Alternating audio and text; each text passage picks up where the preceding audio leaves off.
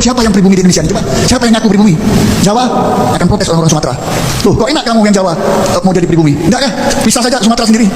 Sumatera sendiri problem. Sumatera itu ada orang Aceh yang tidak sama adat istiadat bahkan agamanya dengan orang Batak misalnya.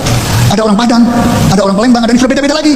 Kok bicara sekarang ini bicara pribumi, tidak ada itu bicara pribumi. Belum lagi kita bicara ke Makassar. Makassar tuh, kok enak banget nih Sumatera sama Jawa bilang pribumi. Kami juga pribumi. Ya kalau gitu bikin pribumi sendiri-sendiri. Belum lagi kita bicara Papua. Orang yang warna kulitnya beda, rambutnya beda, makanannya beda, kita makan nasi sama makan sagu, adatnya beda, agamanya beda.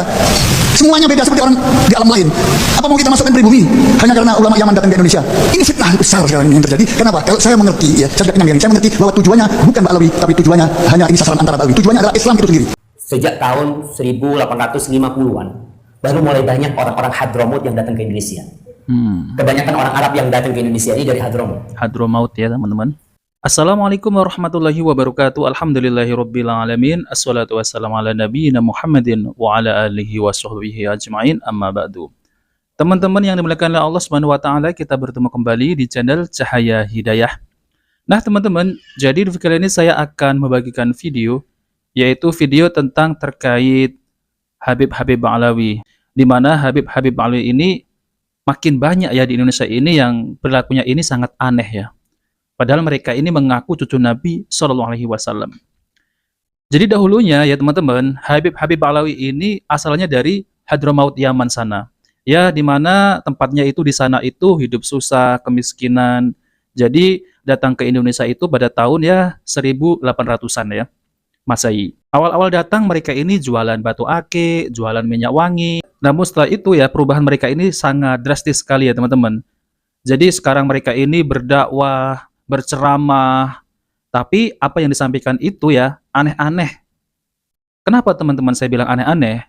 Karena mereka ini kalau menyampaikan dakwah itu tidak seperti apa yang disampaikan oleh Rasulullah SAW. Yaitu mereka itu dengan dongeng-dongeng khurafatnya yang sangat di luar nalar teman-teman. Tentunya mereka ini menisbahkan ini adalah karomah, padahal itu bukan karomah. Itu hanya karangan dalam kitab-kitab mereka, yaitu kitab Ba'alawi. Sebagai contoh, mereka kalau berceramah itu tentang khurafat, yaitu keramat-keramat dari wali-wali mereka, yaitu dari Habib-Habib dari kalangan mereka, datuk-datuk mereka ya, seperti bisa menurunkan rantai emas dari langit, dan bisa menurunkan hujan susu.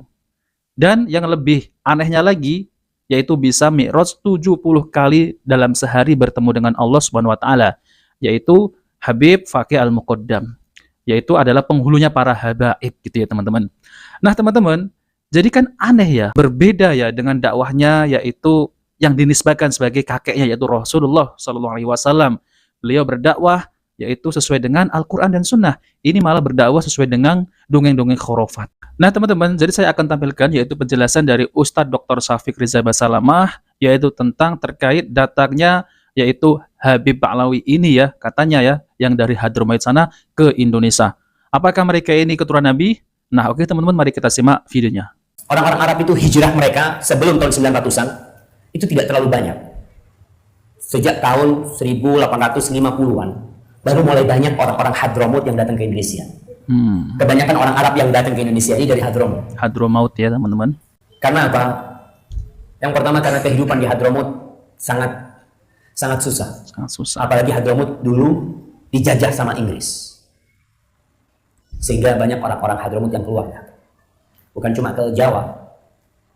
Mereka juga ke Amerika, kemana. Mereka pokoknya meninggalkan negerinya.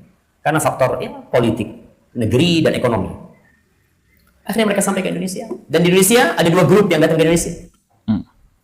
Alawiyun.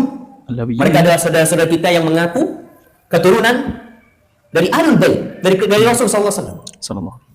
Kita percaya nggak? Ya percaya. Mereka ngaku mereka keturunannya Rasul SAW, mereka punya pohon nasab, ya silahkan. Kita akui itu. Sebagaimana Ana Syafiq bin Riza bin Hasan bin Abdul Qadir bin Salim bin Zain Basalam. Lalu ada orang ngomong sama anak, ente bukan Basalama. Kata, lebih tahu ente apa ana dengan nasab ana? Ya ana lah. Makanya Ahlul Ba'alawi yang mereka mengaku Ahlul Bait, ya sudah. Kita nggak boleh mendustakan. Kecuali ente punya bukti mereka bukan Ahlul Bait. Nah teman-teman, jadi kata Ustaz Dr. Syafiq Riza Basalamah ya, kecuali kalau antum punya bukti. Namun ya, sekarang ini kan sudah ada bukti ya, yaitu di mana Kiai Imad itu sudah membuktikan secara data ya, bahwasanya Ba'lawi ini nasabnya terputus dari Rasulullah SAW. Teman-teman bisa cek video saya yang lain ya tentang terkait Kiai Imad itu, kecuali kalau ada bukti ya.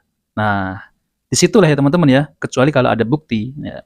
Kalau nggak ada bukti ya kita akui gitu. Tapi setelah ada bukti ternyata mereka ini bukan keturunan Nabi, ya sudah ya. Oke, mari kita lanjutkan. Mereka ngaku Ahlul Bait, kita katakan inti Ahlul Bait.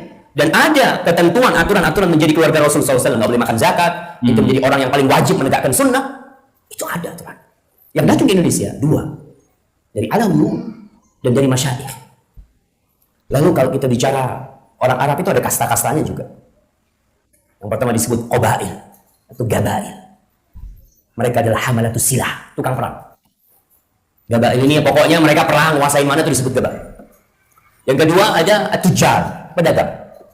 Mereka yang kerjanya ya, pedagang orang-orang fulus. Yang ketiga Az-Zura' wal Fallahu, para petani. Ada dia yang dibawa mereka. Yang ke Indonesia yang macam-macam. Ada yang dulunya mereka Gabail datang ke Indonesia, ada yang Ahlul Bait datang ke Indonesia, ada yang pedagang datang ke Indonesia, ada yang mungkin juga petani datang ke Indonesia mereka untuk memperbaiki taraf hidup mereka di Indonesia. Cuma tetap Ba'lawi mereka menjadi tokoh agama. Jarang dari orang-orang Arab Masyayikh ini jadi tokoh agama. Seakan-akan hanya milik mereka. Datanglah ke Indonesia, mereka kumpul di Indonesia. Inilah orang-orang Arab sekarang untuk melihat itu yang tersisa. Nah, teman-teman, jadi ya jarang orang Masyayikh ini ya jadi tokoh agama. Seakan-akan agama ini milik mereka, yaitu ya Habib Ba'lawi ya. Mereka ini kan lihat ya bagaimana mereka ini, saya cucu Nabi ya, di dalam tubuh saya mengalir darah Rasulullah SAW. Jadi agama dipegang mereka, hancur teman-teman. Coba kita lihat ya, bagaimana mereka ini kalau berdakwah, bagaimana mereka ini kalau berceramah. Ada juga Habib yang tukang malak, yaitu meminta jamaahnya uang sampai ratusan juta. Bahkan ya teman-teman ya, istri Mukibin juga diminta. Dan mereka ini kalau meminta itu memaksa. Kalau nggak dikasih, dilaknat, dicaci maki. Apakah ini keturunan Nabi SAW seperti ini? Nah, makanya dari itu ya teman-teman, ternyata setelah diteliti tesisnya Kiai Imad ya, ternyata mereka ini nasabnya terputus dari Rasulullah SAW. Pantesan ya teman-teman, banyak oknum-oknum Habib itu kelakuannya aneh, nyeleneh-nyeleneh ya teman-teman. Kalau berceramah itu, wow, sering meninggikan yaitu njit-njitnya, njit saya seperti ini, Habib Al-Attas, Al-Idrus, dan lain-lain bisa terbang, menembus atap, jebol atapnya. Mirip Superman teman-teman. Ada juga yang mengatakan bahwasanya ada Habib yang bisa memadamkan api neraka dengan jari kelingking. Wih, hebat ya. Ada juga ya seorang Habib wali kutub ya. Jadi kalau Allah ingin menurunkan bala itu izin dulu ke kutub, ke wali. Ini bagaimana teman-teman ya? Kok bisa seperti ini? Emang dia siapa mau izin dulu? Ini jelas-jelas bukan ajaran dari Islam kalau seperti itu. Oke, mari kita lanjutkan ya.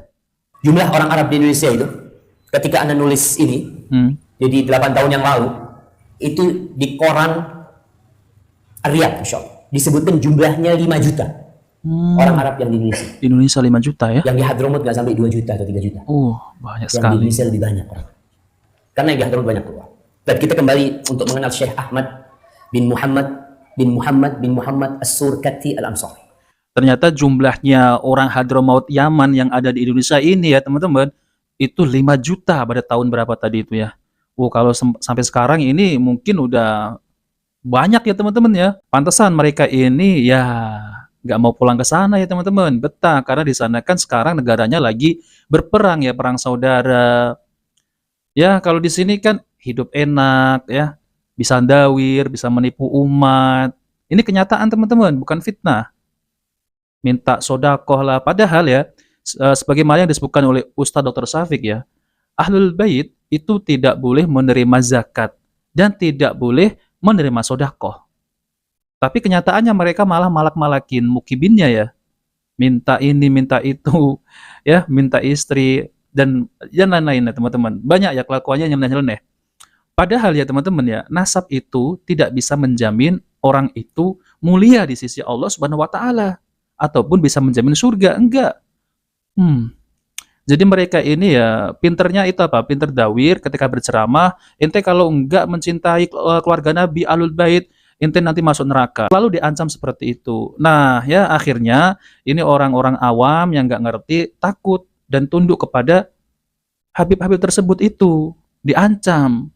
Nanti ente nggak akan mencium bau surga gitu ya. Lalu kemudian kalau ente nggak mengakui Habib cucu Nabi, nanti ente mati dalam keadaan kafir gitu.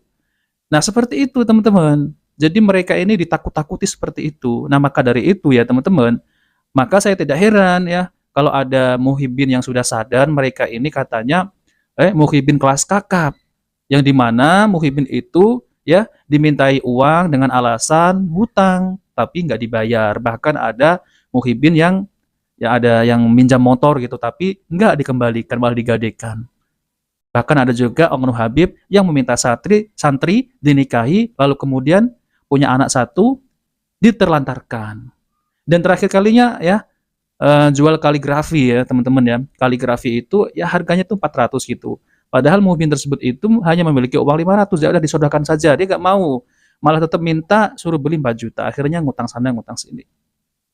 Ya karena apa teman-teman ya, masyarakat itu sudah ditakut-takutin kalau ente ya enggak mencintai Ahlul Bait, enggak mau melayani Ahlul Bait, enggak mau memuliakan Ahlul Bait, nanti ente enggak dapat syafaat. Nah, seperti itu ya teman-teman doktrinnya ya, ditakut-takuti gitu. Ya akhirnya mau enggak mau muhibin ini harus tunduk seperti diperbudak gitu ya.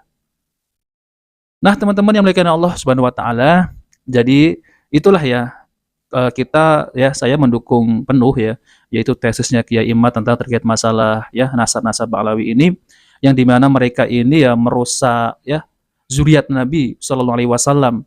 Jadi zuriat Nabi ini harus dijaga ya teman-teman ya. Kita bukan bermaksud untuk membenci ya Ahlul Bait, enggak. Tapi kita mencintai Ahlul Bait yang asli bukan yang palsu. Yang dimana yang palsu ini mereka kan selalu keluar-keluar. Saya cucu Nabi yang ke inilah 28 di dalam tubuh saya ini mengalir darah Rasulullah dan lain-lain. Jadi zuriat Nabi ini nggak perlu pengakuan teman-teman ya. Mereka ini nggak nampak ya. Mereka ini nggak keluar-keluar. Biasanya yang KW itu keluar-keluar ya teman-teman. Nah oke teman-teman itu saja yang ingin saya sampaikan ya. Jika video ini bermanfaat jangan lupa like dan subscribe di channel Cahaya Hidayah.